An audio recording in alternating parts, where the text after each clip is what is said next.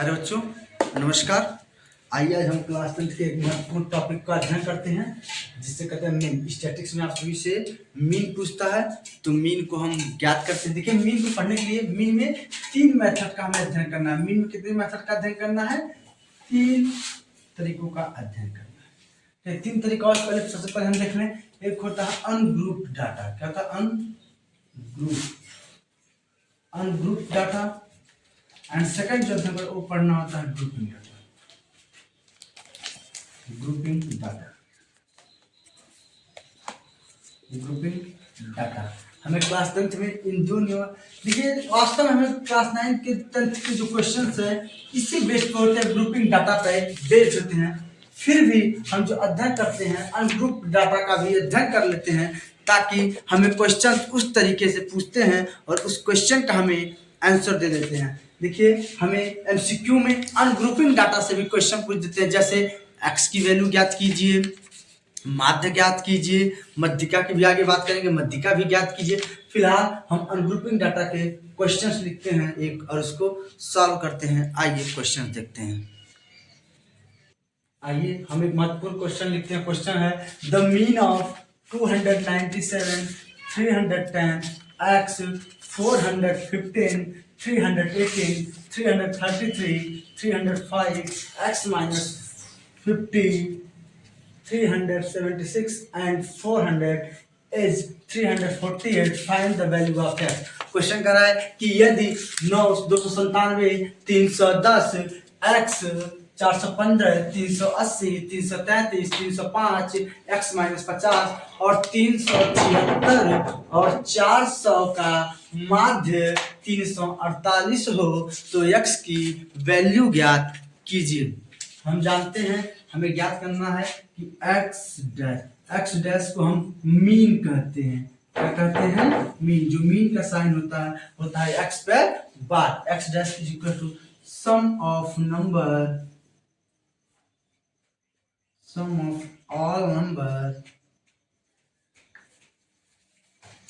Upon total number.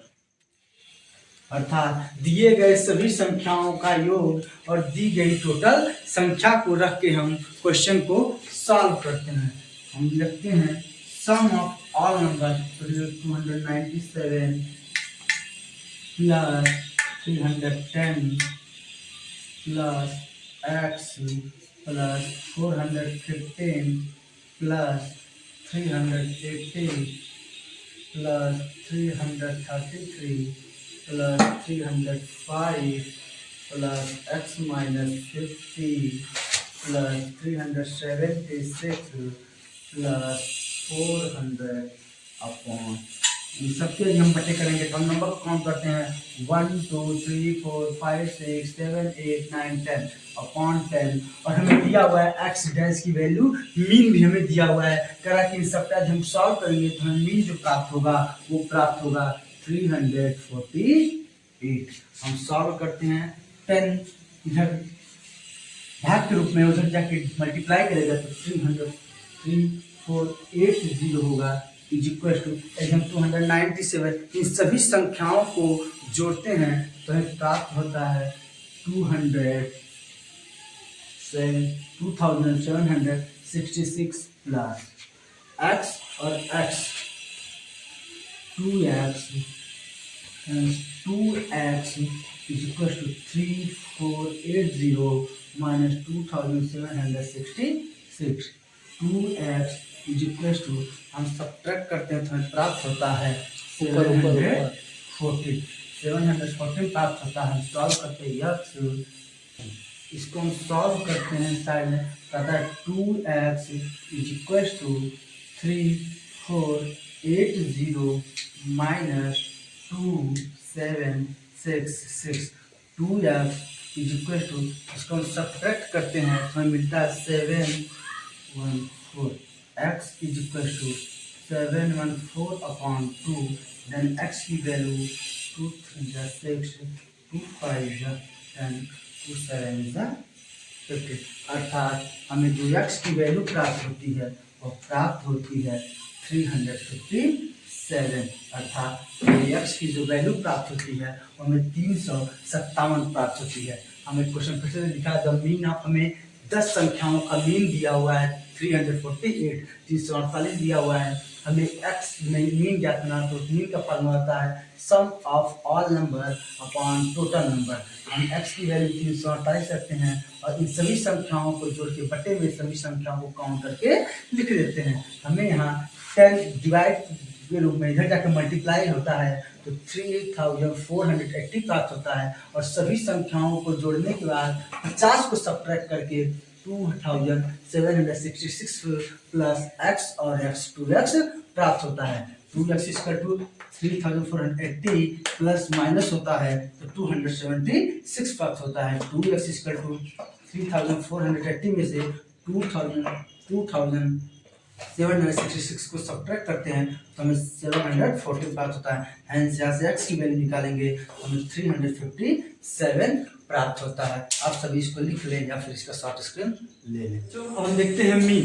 देखिए mean निकालने के लिए हमारे पास टोटल 3 तरीके होते हैं। टोटल 3 तरीकों से हम मीन को ज्ञात कर सकते हैं, जिससे हमारा पहला है डायरेक्ट मेथड। क्या है? डायरेक्ट मेथड, जिसे हम प्रत्यक्ष विधि के नाम से जानते हैं, जिसे हम प्रत्यक्ष विधि के नाम से जानते हैं। दूसरा मेथड को हम कहते हैं assume mean. Assume mean method का मतलब होता है कल्पित मान विधि, कहते हैं हम, इसका नाम होता है कल्पित मान विधि। और तीसरा होता है स्टेप डेविएशन मेथड।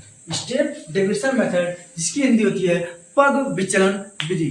प्यारे बच्चों, ऐसा होता है, आप सभी को कंफ्यूज होंगे कि एक एग्जाम में हमें मीन पूछता है तो हम किस मेथड का प्रयोग करें।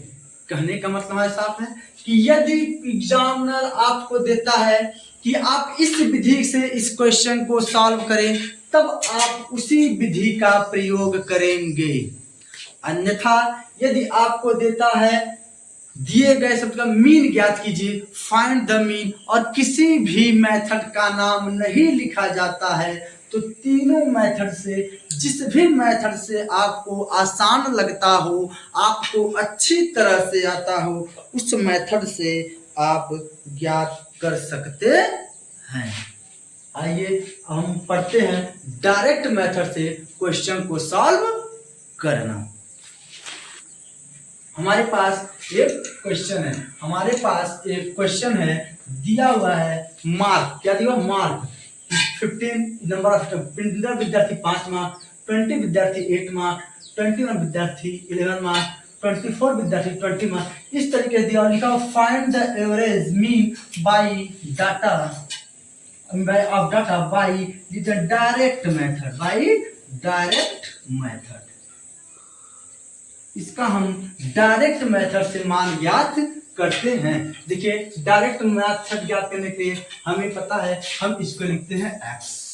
देखिए कहीं कहीं x तो कहीं कहीं x i के रूप में फॉर्म होता है, इसे हम लिखते हैं i। ये होता है f i, इसे हम क्या कहते हैं? f i के नाम से जानते हैं। अब हम निकालते हैं f इंटू एक्स। हमें जो नेक्स्ट टर्म निकालना है वो है f इंटू एक्स। क्या निकालना है? f into X, F I into X I. तो हम पूरा करते हैं तो 15 में 5 से मल्टीप्लाई करके हम पाते हैं 75, 20 का 8 में करते हैं 160 में प्राप्त होता है। नेक्स्ट करते हैं 242 प्राप्त होता है, 242। पुनः हम पूरा करते हैं तो 48, 480 प्राप्त होता है। 480 बार हम पूरा करते हैं 575 प्राप्त होता है। 575 का हम पूरा करते हैं तो हमें 540 प्राप्त होता है। 540 का 429, 114 और 45, 45 हमें क्या होता है? प्राप्त होता है। 15 का गुणा 5 में किए 75, 20 इंटू 8 किए 160, 22 इंटू 11 के 242, 24 इंटू 20 के 440, 25 इंटू 23 के 575, 30 गुणे 18 के हमें 540 प्राप्त होता है। 33 गुणे 13 करने के बाद 429 प्राप्त होगा। 38 गुणे 3 करने के बाद 114 प्राप्त होगा और 45 का गुणा 1 प्राप्त करने के बाद हमें 45 प्राप्त होगा। अब देखिए हम सबसे पहले ज्ञात करते हैं हम सबसे पहले ज्ञात करते हैं सिग्मा एफ आई, इन सबको ऐड करते हैं sigma F I. Sigma F I ऐसे कहते हैं समीशन ऑफ एफ आई, इसे हम कहते हैं समीशन ऑफ एफ आई। तो इन सबको यदि हम ऐड करें तो हमें जो संख्या प्राप्त होगी वो प्राप्त होगी 102, अर्थात हमें 102 प्राप्त होता है। इसी तरह हमें नेक्स्ट जो ज्ञात करना है, इनके योग ज्ञात करना है। इसका क्या करना है, योग ज्ञात करना है। इसे भी हम लिखते हैं summation of F I and X I. इन सबको ऐड करने के बाद जो हमें प्राप्त होगा वो प्राप्त होगा 2660 प्राप्त होता है। अब हम डायरेक्ट मेथड का देखते हैं, फॉर्मूला देखते हैं। इतना काम हमें दो चीजें दिए गई थी, इन सभी कार्यों को करने के बाद हम देखते हैं डायरेक्ट मेथड का फॉर्मूला। डायरेक्ट मेथड का जो फॉर्मूला होता है वो होता है x dash is equal to sigma F i upon sigma F I x i upon sigma F I. X dash equal to sigma F I x i upon sigma F i. हमें ज्ञात करना है x dash is equal to, अभी हमने ज्ञात किया कि F I x आई में प्राप्त हुआ है 2660। हमें कितना प्राप्त हुआ है 2660 अपॉन सिग्मा एफ आई में प्राप्त हुआ है 102। अब हम नॉर्मल से हम दोनों का क्या कर देते हैं, मल्टीप्लाई कर देंगे, और जब इन दोनों का हम मल्टीप्लाई करेंगे तो हमें प्राप्त होगा 26.08। यही हमारा क्या होगा, आंसर होगा। हम सबसे पहले देखते हैं, हमें मार्क दिया हुआ है नंबर ऑफ स्टूडेंट यानी एफ आई फ्रिक्वेंसी दिया हुआ है। हम एफ आई एक्स आई निकालते हैं, अर्थात दोनों का गुणा करके आगे लिखते हुए चले जाते हैं। लास्ट में हम number of sigma F I को ऐड करते हैं और summation of F I x I को ऐड करते हैं। डायरेक्ट मेथड का फॉर्मूला होता है x dash equal to summation of F I x i upon summation of F I x dash equal to 20। सबका ऐड करने के पास होता है 2660 बटे सिग्मा एफ आई है 102। हम इसको रखते हैं, then x dash equal to 26.0 अर्थात 2660 में 102 से भाग देते हैं तो हमें 26.08 प्राप्त होता है। तो कुछ प्रश्नों के साथ आज की हमारी छोटी सी वीडियो यहीं पर ख़त्म करते हैं। फिर नेक्स्ट डे अगले वीडियो में हम ग्रुपिंग, और अभी तक जो हम लोग ने पढ़ा वो पढ़ा अनग्रुप्ड। हमने क्या पढ़ा, अनग्रुप्ड डाटा के बारे में अध्ययन किया कि यदि हमें अनग्रुप्ड डाटा दिया हो तो उसका मीन हम कैसे निकालते हैं। अगली वीडियो में हम देखेंगे ग्रुप डाटा। हमारे ग्रुपिंग जो डाटा है, जो डाटा ग्रुपिंग करके देते हैं उनका मीन निकालते हैं, कैसे निकालते हैं। डायरेक्ट मेथड, एज्यूम मेथड और स्टेप डेविएशन अर्थात पग विचलन, तीनों विधि से हम अगले वीडियो में देखेंगे। तब तक के लिए थैंक यू। वीडियो को लाइक करें, कमेंट करें, शेयर करें। Thank you.